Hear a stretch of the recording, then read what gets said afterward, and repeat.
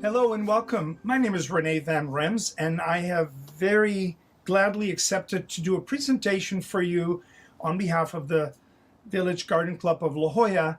And we go way back, as some of you know, and I'm very excited about this because the subject matter of expression, particularly in art and flowers, is very close to my heart. I love art, I love flowers, and my creativity is in creating compositions that make you respond even more elaborately than when you just see the flower. And so what we're going to talk about a little bit is about art, and in this case, how art and flowers could merge together and make the experience even more emotional and more wonderful, and hopefully make you a happier person. So that's kind of the gist of it. Having said that, you'll notice that when you work with flowers, there is a certain architecture involved. There's many styles of design, but the architecture has to do with what kind of flowers. Now, there are many elements to it. If you make an arrangement for, say, a flat piece of art, like a painting, like behind me, there are certain things you have to think about: the size, the style, the lightness, the darkness. But then when you go into sculpture, which is of course much more three-dimensional, it changes the approach to the arrangement, because here's the bottom line. You don't want to interpret the art by taking things from the painting and putting them in the arrangement. I'm laughing because I've seen people interpret art, not in San Diego, somewhere else, but I've seen people actually interpret the art where there is a rock and a bird and a flower, and they put the flower, the bird, and the rock in front of the painting. And that is not really interpretation. So the idea of this is that you go into either the elements, and it could be the color like I mentioned, or the line, or something that really strikes you when you see the painting or the sculpture. But then it is, how deep do you go? Because when you study art from certain very famous painters, I will stick to painting more than anything.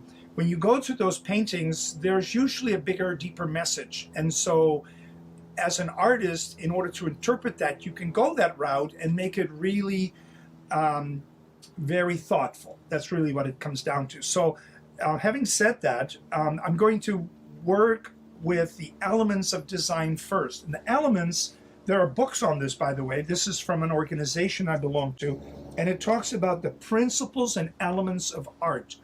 So it's when I teach classes, I always tell people that the elements are actually much more important, because elements it's tangible, right? Color is an element of design. And so, by the way, that's not just floral design. That is clothing design, your car design, anything to do with design. So color is usually the number one factor of why we like something, whether it's clothing or anything else.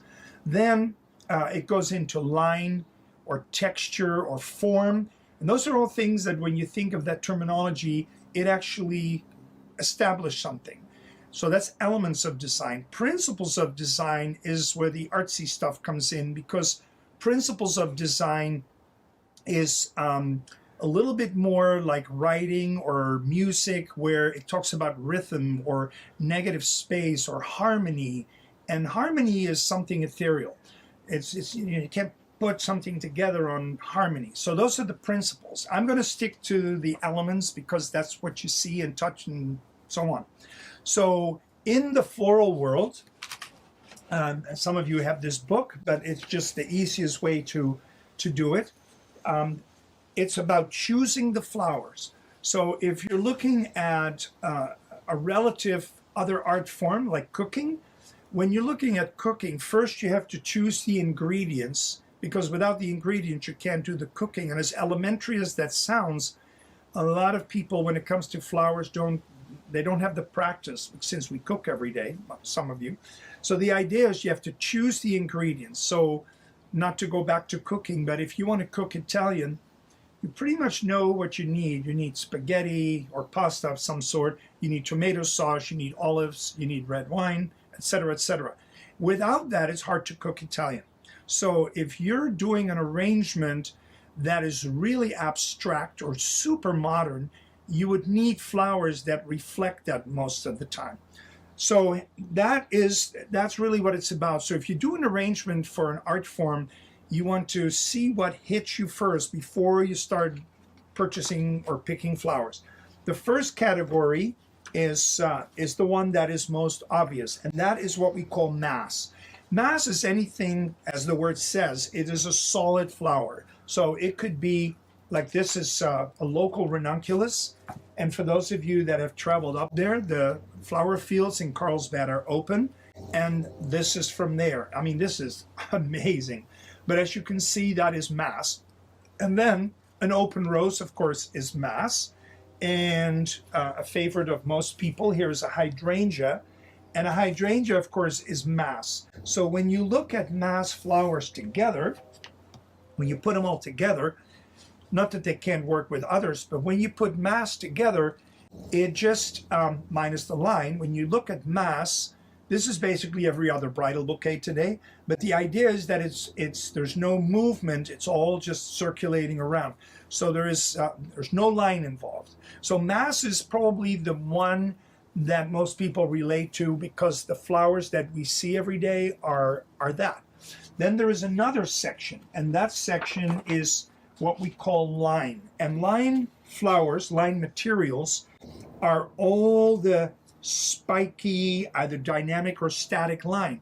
So if you do an arrangement that needs a lot of movement, you need line. It's hard to create movement with mass. It's stationary, and you need movement. So it could be curly willow. I mean, this is certainly line. I don't even know how well it will show on the camera, but this is line. It's very dynamic line. And then if you look at bamboo, that is a static line. So it's line in general. And there's a lot of different line flowers. Probably most of you know gladioli. Here is a snapdragon, that's line. And there's many more. Here is a bells of Ireland, that's line. So you can imagine if you do something that needs a lot of momentum, you need line materials. So that's the second category. The next category is a really favorite of mine, and it's kind of unusual because most florists don't like filler flowers. The number one filler flower is probably baby's breath, but if you do the right thing with baby's breath, it can be really beautiful. But filler flowers are multi-branched, and they give you a lot of texture and a lot of movement. And filler flowers could be anything, as I said, multi-branched. Or here's a little bit of Matricaria, which is fantastic. This is commonly known as feverfew, but you can see that this is really a very wispy kind of flower. And there's many more. Here's Janista. So those are called filler flowers. And then last but not least, there is a category that is called form flowers. And this is a little bit more experience because these flowers, as I always call it, don't play well with others. You can see they use this for my shirt, but this is all floral material that has a lot of character, and they're very strong. They're in the picture. And so when you look at that, and you look, for example, at a form flower like this lily, you can imagine that if this is sitting under an arrangement or near an arrangement, this takes your eye away from the art. And when you do flowers for art, either for your event or for our life at the Museum of Art, you don't want to compete with the art because that's not the purpose, right? Interpreting just means that you're expressing what you think the meaning is. So that's a little bit of this. And then here's a form flower that some of you have seen before because this is local. This is from Fallbrook. This is a Banksia, and there's Protea. There's a lot of other flowers that have that really unusual shape or form, and or really unusual colors that you need to know where you want them for the right reason. But it's about expressing art. So know the elements before you start and just kind of get a feel for what the function of it is. Because believe it or not, there's a function to it, which is kind of what I explained over here. So once you understand and once you get all this stuff, then next you have to do is select a vessel. And I have to share with you, a lot of people in my industry are now doing things without a vessel. They're using glass tubes and they're weaving them together in wire, or really cool, nifty things where you don't see a container. So when you do an arrangement to interpret art, make sure you pick the right vessel or the right foundation. The number one element being that you do need water, because if you put these on a branch because it looks good and they have no water, you would not be happy a few hours later. So make sure there's always water there. Or if you don't use fresh water, just use floral foam, soaked floral foam, so that you have nutrition and water for the flowers. That's really important. Other than that, it's really what you see as an artist yourself in the art that was created by someone else. So last but not least, and not to make it academic, but it's object versus subject, which basically means which one do you focus on first. And our job as designers for art projects is to really interpret the quality of the artwork and the artist, not to compete with it.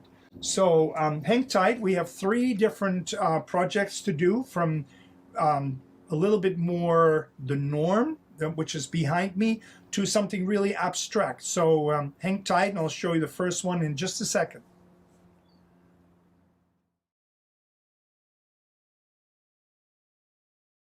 I'm Paige Perkins, and this is my painting called Summertime. This was a painting on studying hands and arms in motion and reliving and imagining playing in the summertime with the water and the fresh grass and just being free and natural. Well, here's the first piece of art, which I absolutely love. I think the color combinations are incredible. I love the flatness of it all, almost a Monet-like pastel color combination over here. And then everything is so tranquil and foresty and dreamlike. I love that about this painting. And so what I'm going to do in this particular case, or what I have selected, let me put it that way. By the way, this piece is by Paige Perkins. And Paige is very good at all the shading and putting tints in there, so it's really fantastic for flowers. Now, the easiest thing is to just put a big bowl of blue hydrangeas below it, but I want to go a little further. So I'm going to interpret this art by picking some elements of this painting and then putting them in the design. So the first thing that I did is I needed a vessel of some sort. However, if you didn't want a vessel, you could just do a big clump of moss, because there was so much moss and grass in the foreground. But what I chose to do is I found this crate. And this crate is very similar to these planks that you see on this side, and it's almost the same coloring. So this big container is going to look really good when it is squared below that. So since this is pretty much the only straight line in the whole painting, whereas everything else is dynamic. Her whole body is dynamic, everything is dynamic, and then this is a more static line. So the squareness of this is what I chose. And then I'm going to just use different colors, and I'm going to interpret these very abstract tree branches in here as well. So the first thing I did is I used floral foam, and the floral foam is in containers, and that is just for support so that there is water there. And then I filled these little cracks with moss. So this already looks, not to mimic the painting, but it gives you that same feel. Then I'm going to use quite a bit of the sheet moss. This is fresh moss. It's been, which by the way is really important, it has been treated, because if you ever put things like this in a real museum, most of the curators are right on top of you because they want to make sure there's no bugs in it, right? So that goes right on top. And then what I'm going to do is these branches that you see right here, I'm actually going to use some Oregon wood that has lichens on it. And I have to say, I hit it with a little bit of yellow because it was pure gray. So I'm going to just lay this on top like so. And you don't have to do anything with it. You can just lay it there. And I'm going to put another piece over here, and I'm going to place another piece over here. So now these branches are kind of represented. But now remember, you don't have to do everything from the painting and the arrangement. It's more about what you see and then how you interpret it. So one of the flowers that I love because of their color is this hydrangea. And this is, believe it or not, all the way from Colombia. And they are absolutely fantastic. So I pre-cut these already. And the thing I want to share with you, which is really important, is that when you use a flower like this, you need a very sharp knife. And I place the knife this way, but if you feel that that's too dangerous, you can always go that way. But that's really what you need. You need a good sharp edge for the flower to drink. And that really, really works. So I'm slicing this, and I'm going to put this very much right in the front so that this is an opposite texture of the container. So this really connects because of the difference in line and texture. And so I'm going to put a few more in. And what I did is I took this head and I just cut it in smaller pieces. And you cut it and you put it towards the front like that. And I have to say, I love Oasis. Oasis is a brand, but floral foam in general, because you put it there and it stays there. If you don't want to use floral foam and you want an arrangement like this, I wish you well. I'm old school, as some of you know, and I love the mechanics because you don't have to fill it with water other than, filling the container so that the foam drinks, but you don't have to worry about water slushing out or anything like that, which right now that's kind of a new thing, is to not use floral foam. But look at the color in this hydrangea and how that relates to the painting. It doesn't have to do that, but it really helps draw your eye in. So now, if this is sitting on a table with the art nearby, you can see that the coloration of this really connects it to each other. I'm not upstaging the art because it's just beautiful flowers in their own space. So then I'm going to use a little bit of line. What I love about flowers that have a very important stem is that instead of using them short, like for example, I could take all of these like so and cut them short and just stick them here, which kind of looks cool. But what I like even better is to not cluster them, because that is an easy way to design really, is to cut them, give them a little bend, and then insert them across so that the arrangement has line to it. Now this may not be that easy to see on the camera, but the stem is as important as the flower. And so this flower is fantastic, but the stem is what makes it happen, which is the line that you see in here. And coincidentally, the stem happens to be the same color that's in the painting, so your eye picks it up. And I'm just going to put a few in there, one this way, one that way. So you can see that I'm keeping this really low, and this compactness is what will create the landscape look that fits the landscape look. So this is, I wouldn't want to do anything upright because there's nothing upright in there other than the branches. So I'm just continuing on. Another quick little tip I can give you is don't put the whole kitchen sink in your arrangement. What I mean by that is that I've seen people do arrangements and they go to the flower market or to Trader Joe's or wherever they get their flowers, and they love this and they love that and they love this and they love that, and they buy 15 varieties of flowers. And like they say in cooking, too many herbs spoil the broth. So you want to make sure that you pick the right things and then leave it alone, because you can overdo it. So this arrangement is very simple. I have 5 elements, right? We talked about elements. I have the container is 1, moss is number 2, hydrangea is number 3, this is number 4, I have 6, and then some green, but it's very simple because I'm not going crazy on all the different things that happen to be that color. So when in doubt, leave it out. And this is the last one of my calla lilies. So that looks really good. The coloring is amazing. And then what I love about bells of Ireland is that you can actually use them without the line. And what you do is you actually cut each little segment. And now I'm creating like a moss with bells of Ireland. And so I'm going to put these in there. And you may not be able to see it unless the camera is up above, but I'm actually sticking these in really low so that what your eye sees is texture, right? This is a texture. And academically speaking, this is a repeat of that, right? You look at what this does, you look at what that does, it just kind of connects it, only it's in a different color. So I'm just using these to put it in there, and the flatness of it is actually very much in keeping with the flatness of this plane, because there's definitely one strong plane.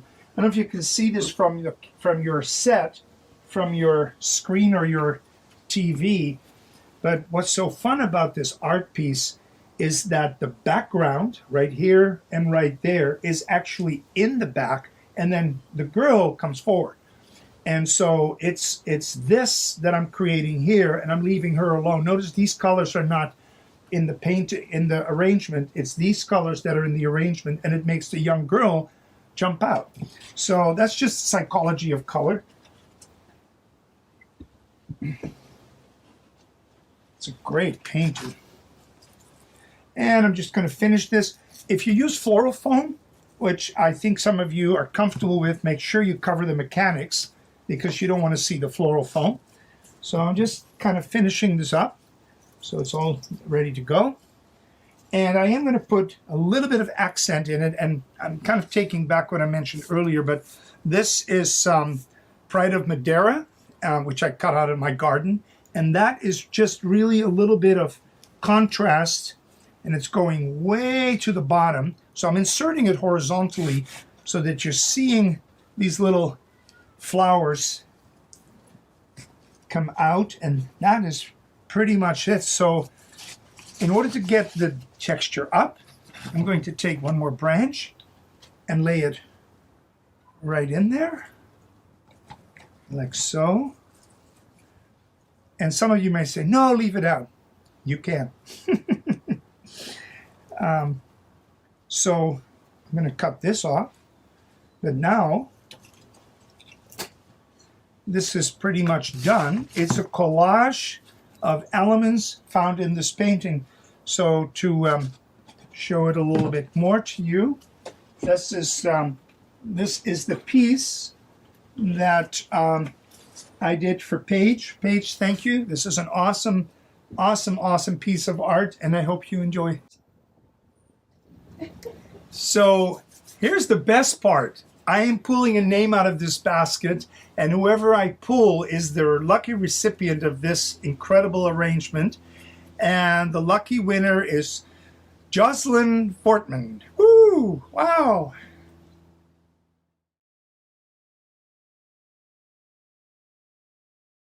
Hi, I'm Wendy Watson Diedrich. I love being part of the garden club, and I love painting pictures, many of the times of flowers. But this time, for this, there's only one floral on the hat. This was an experimental painting for me.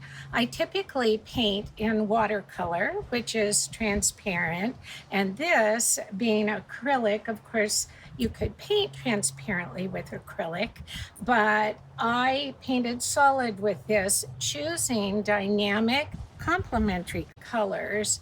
I wanted something different. I wanted people to look into this painting and have some questions like, where might this young woman be? She's rather in a melancholic or maybe a daydreaming mood, and she could be many places with this. The period of her clothes, that could be a variety of things as well. And I call it Yellow Bird because, interestingly, as I was painting her, the yellow bird was not in it. But as I got it so much yellow, which I love sunshine yellow. It pulls me right in and makes me feel happy. But I thought of her, as I have a lot of British in me, yellow bird, as the Brits oftentimes, especially in the 60s, that we're aware of, called a woman a bird. Complimentary, young, sassy, attractive. And so I thought, well, I'm going to call this yellow bird, but I love birds too. So I had to add a little bird in the corner looking up, and that's another question mark for you. So I hope you enjoy this as much as I did painting it. Thanks. Well, the second piece of art I absolutely adore. There is something about it that is so happy, and then there's that little bird, hence the name of the painting. And it just, when Wendy painted this, and you saw her little interview, it really does have a contemporary feel to it. And I love just how everything flows. And then the contrast, of course, is this periwinkle blue, sometimes a little darker, but it really offsets it. And so for it being so happy, I really wanted to stick with one color, pretty much, which in the floral industry we call monochromatic. So I'm going to stick to yellow primarily, primarily as in primary color yellow. And I'm going to stick to this, and you'll see that the number one thing I really picked for this was the container. And the container is bright yellow right here. Not a container you would see everywhere, which is what I love about these things. And this is very intense, and you'll see that once I put the flowers in, it connects to the painting. And when I say connects, I don't mean it has to be what's in the painting. It's the essence of it, the feel of it. So I want you to make sure that you don't copy what's in the painting per se, but it's what you connect with when you see the art. So for example, in this particular painting, there's a little bird. I'm not kidding you. I know people that would make this arrangement for this painting and put bird's nests in it. And I actually have a bird's nest. So just because there's a bird in it doesn't mean you want to put a bird's nest in it, because that's not really interpreting it. That's just cutesiness and Vegas gone wrong. So the idea is this is going to be very whimsical, very loose, and very ethereal and summery, just like her personality and the colors. So that's really what that's about. So I'm going to take this and put it here. And to make it whimsical, the first thing I'm going to use are these fantastic branches from Oregon. And this is a deciduous shrub, and they cut these commercially, but I don't know how well you can see it on the camera, but it's very lacy, and that's really the only real greenery I'm going to use. And greenery, I mean foliage. So very often people will emphasize foliage, and foliage, of course, is green. So do I want a lot of green in this arrangement? And the answer is no, because there really isn't any green. So you'll notice that when I make this is green, but it's in there for the line. So it's line, mass, filler, form, right? So the line here is what's going to change the feel of this. So this is very wild and very whimsical. And then the next thing I'm going to do is I'm going to use some of the feverfew, and you don't have to agree with me because it's art, but that certainly looks like the painting. The atmosphere of that flower works really, really well. So I've already stripped these, and this is important because when this stem hits the water, by the way, this is just water, there's no oasis, this is just fresh water.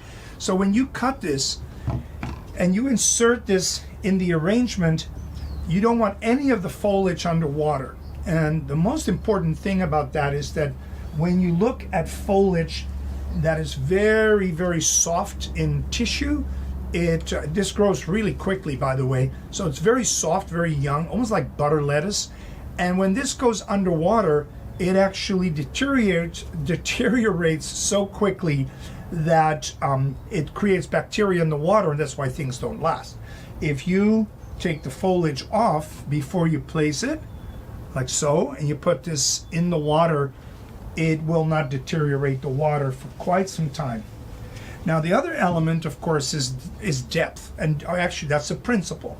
The principle of art is depth, and so this is going way forward, right? It's a foot out of the arrangement, it's a foot on the other side, but I'm going to put the flowers in not this way, but I'm going to put them in towards you and then in the water, so that you get that 3D, which is interesting because this particular painting is very monoplane, as you can see, but that's why it's so cool. But then those opposites attract, right? So I'm not making it like this, I'm making it the opposite, or as they say in the art world, juxtaposed.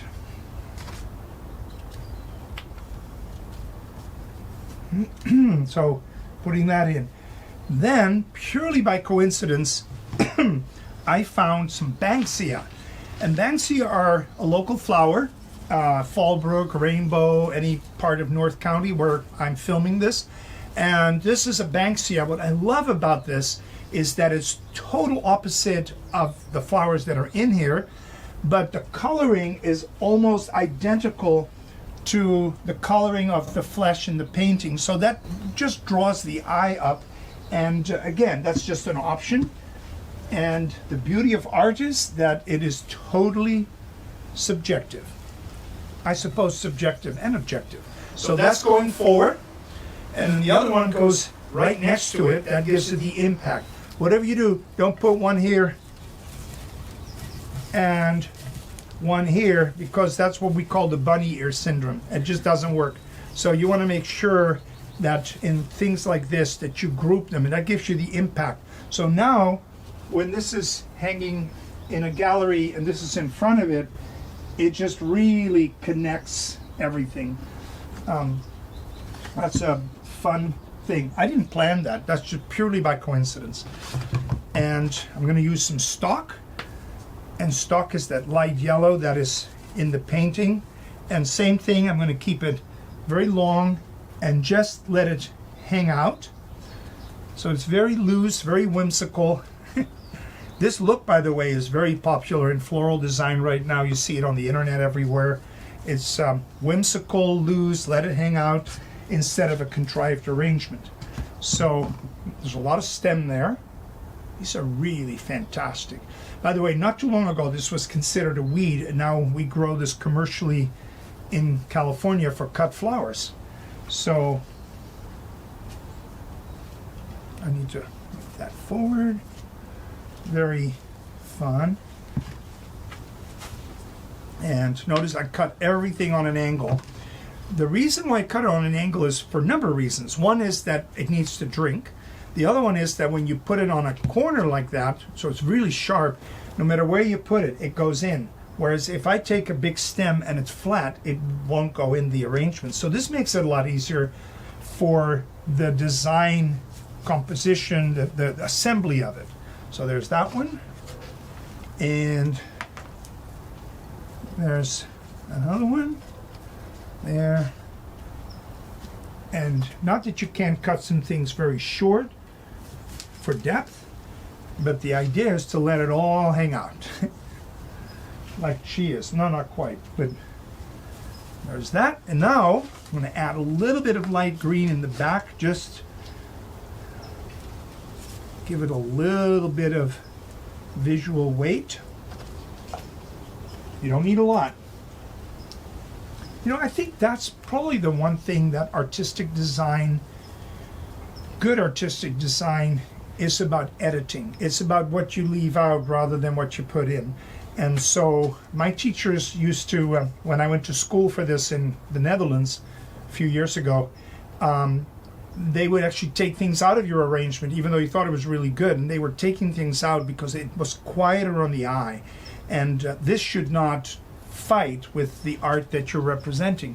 And then here's the color that I love to put in here, but especially because it's repeating the vase. So if you take a vase that is bright purple and you put that same color or really close in the composition, then we call it bridging, it actually connects. So right now this vase is really a little too bright a yellow, too rich. But then if you look at what I do with it this way, it brings the vessel back into the arrangement, and that really helps the total composition. Notice I'm taking the leaves off the roses because they're dark green, and there really is no need for dark green in here. So I'm going to just take these off, slice it, and place it. So this is very, as I said, very whimsical. And so as a designer, as an artist, you decide what you want to use and what you don't want to use. So there's the editing. So this, I'm editing. This goes way in the front there, and one over here. And now comes the fun part. I'm going to take a few more of these branches that I started with and put them in very loosely above it all, so that it continues on. And this really, I hope you feel, represents the art behind me in a whimsical way, very loose and airy. And to me, I look at that young lady and I would say, is that what she would pick to put on the table next to her? And I think we succeeded. So I hope you enjoy it. Well, I hope the drum roll is happening, because we're shoveling all these little tickets. I don't want to shovel them too much because they'll end up on the floor. And this arrangement is going to Anne Craig. Congratulations.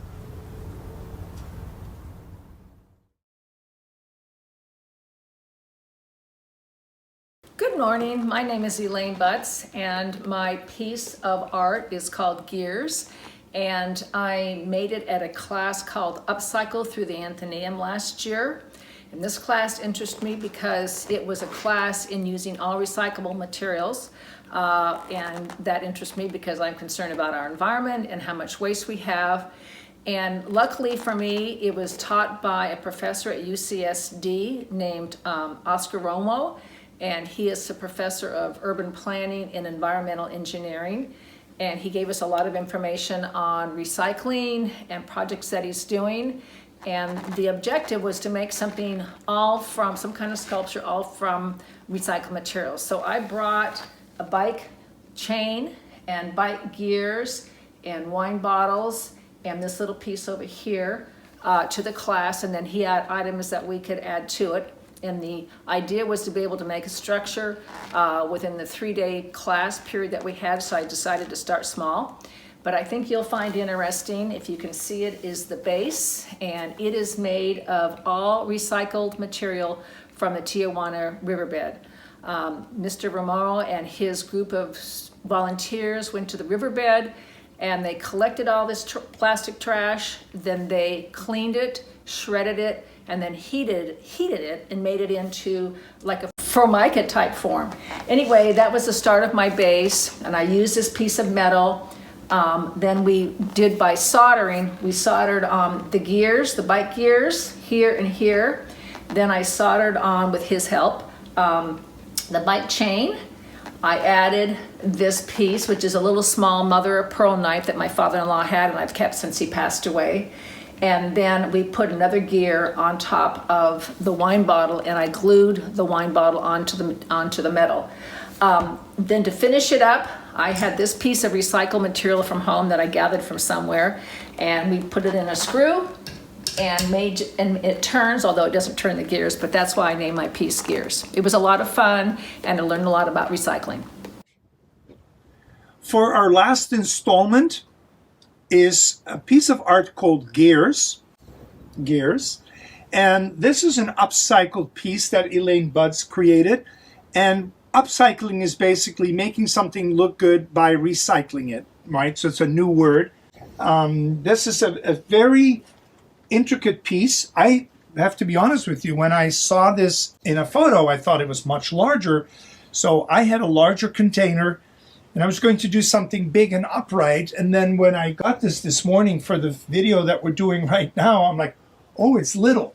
So I literally just changed gears, no pun intended, and I found a old Canon piece that I happen to have in my house. This is rusted metal, and this is rusted metal. So I'm I am creating a combination of things by using the same elements, but I'm not mimicking the piece. I could have used gears, I could have used all this. I've seen people do things with chain and make a container out of the chain to connect to the art, but that's so literal. Here's the fascinating part about art is that some people love this and some people say, you know, it's really creative, but it's not for me. So for a floral arrangement, I have to stick to the philosophy of the artist and see what this is, and then make something in that same theme. So you notice there's, between the three arrangements I did for you, it's the connection to it rather than just mimicking what's there. So this is a very unusual container. I made it a container. It's not a container. I made it a container. There's water in here. And then rebar for construction is connected with these ties. And these ties are loose little pieces of wire, like right here. And you probably can't see it too on the camera, but they have little eyes, and then they strip them together. Instead, what I'm doing, and by the way, they're rusted on purpose. See, they're metal and there's a little bit of rust. And so that kind of keeps that together. I'm putting this across it, like so, and then I'm just going to mold it around a little bit, and this becomes my grid. So for those of you that have done flower arranging before, where you see the tape across the container, this is similar, except I'm using form and function. In other words, the function of this is to hold the flowers together in the composition, but I'm not hiding the mechanics. So the form and the function connect. Now, if you see an arrangement done in floral foam, you'll notice that the floral foam, of course, has to be covered because that's the technique, and I want it to be about form. So this is definitely the foundation for it. Now, what kind of flowers do you need for this? It's definitely not red roses and baby's breath and a bow. This is something very abstract, very clean, because whoever enjoys looking at this would want something in the same theme to be near it or to be in their living space. So this is the first part. Then, since I happen to live on the grounds of the Encinitas or San Diego Botanic Gardens, this is in my back garden. This is the date stem. These are little bitty dates, technically, from a palm, and they're jet black. And I think this is fantastic, but that's a personal matter. And some people say, yes, I like it. No, I don't like it. But these side stems come off, like right here, this. And I have to admit, I sprayed this with a little bit of leaf shine or leaf gloss, and that made them a little more intense black. But this does not need to be in water, so you can actually take this and lay it across, just like this. So for people that do flower arranging, like paint by number, one here, one here, one here, this is going to make you nervous. So I'm going to cut the bottom part off so that it lays on there. I hope you're all having fun. I'm having a blast. This is going to just lay there, and that's pretty cool. And then the flower that goes with this, are you ready? Protea. But this is a white protea that is called black mink, because this is actually, it's not technically black, but it's deep, deep, deep purple. And all I did is pre-cut it, and then I weave that through the date palm stems and weave it through those branches. And there's the first one. And again, it's all very subjective, but to me, there is something in common between this and that, or that and that. So this is, if you were in a show, like some of you are going to participate in the show, this will attract a certain viewer that responds to it emotionally, and then they see this and they're going to go, that is so cool, because the two are kind of interconnected. And then I'm going to take one stem that's a little longer, and I'm going to insert it excuse me, in the edge of the container and let it hang out. there, going the same direction. And then this one, I'm old school, so I'm going to put that in the focal point. Not that you have to, but that is my interpretation. So that goes over here. Notice you don't have to be gentle. It's not an orchid. And so this by itself is a really wacky piece of art, but for the right person, they're going to fall in love with this. And I hope there's some of you that like it. In closing, I want to make sure that you realize that the exposition, that when you participate with your art pieces, that you think freely, that you let it all hang out, that you think of elements and principles of design, and feel free to use nature in any form you'd like, because that's really where the artisticness comes in. And I want to take a second and thank the Village Garden Club of La Jolla for the invitation to do this. And we're now going to draw the name for this arrangement, the last one.